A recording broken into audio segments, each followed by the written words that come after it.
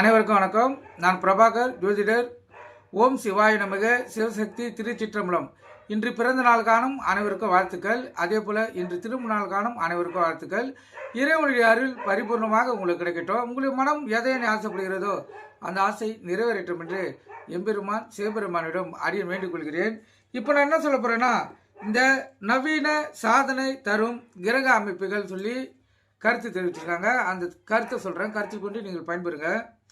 ஜோதிட சாஸ்திரத்தில் ஒரு ஜாதக கட்டத்தில் சூரியன், குரு, செவ்வாய், சனி ஆகிய 4 கிரகங்கள் ராஜ கிரகங்கள் என்று சொல்லப்படுகின்றன.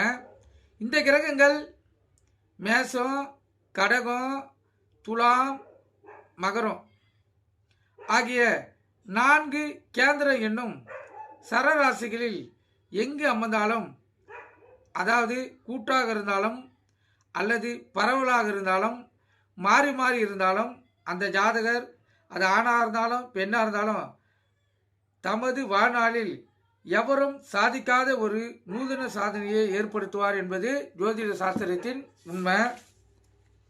அதே போல விஞ்ஞானிகள், அறிஞர்கள் கின்னஸ் புத்தகத்தில் இடம் பிடிக்கக்கூடிய வாய்ப்பு, உலகத்தில் யாரும் சாதிக்காத ஒன்றை சாதித்து உலக புகழ் பெறும் வாய்ப்பும் இந்த ஜாதகர்களுக்கு ஏற்படும். உயர்ந்த நிலைக்கு வருவார்கள். அனைவரும் ஆச்சரியப்படக்கூடிய அளவுக்கு அவங்களுடைய வளர்ச்சி இருக்கும். நீங்கள் கருத்து கொண்டு பயன்பெறுங்க.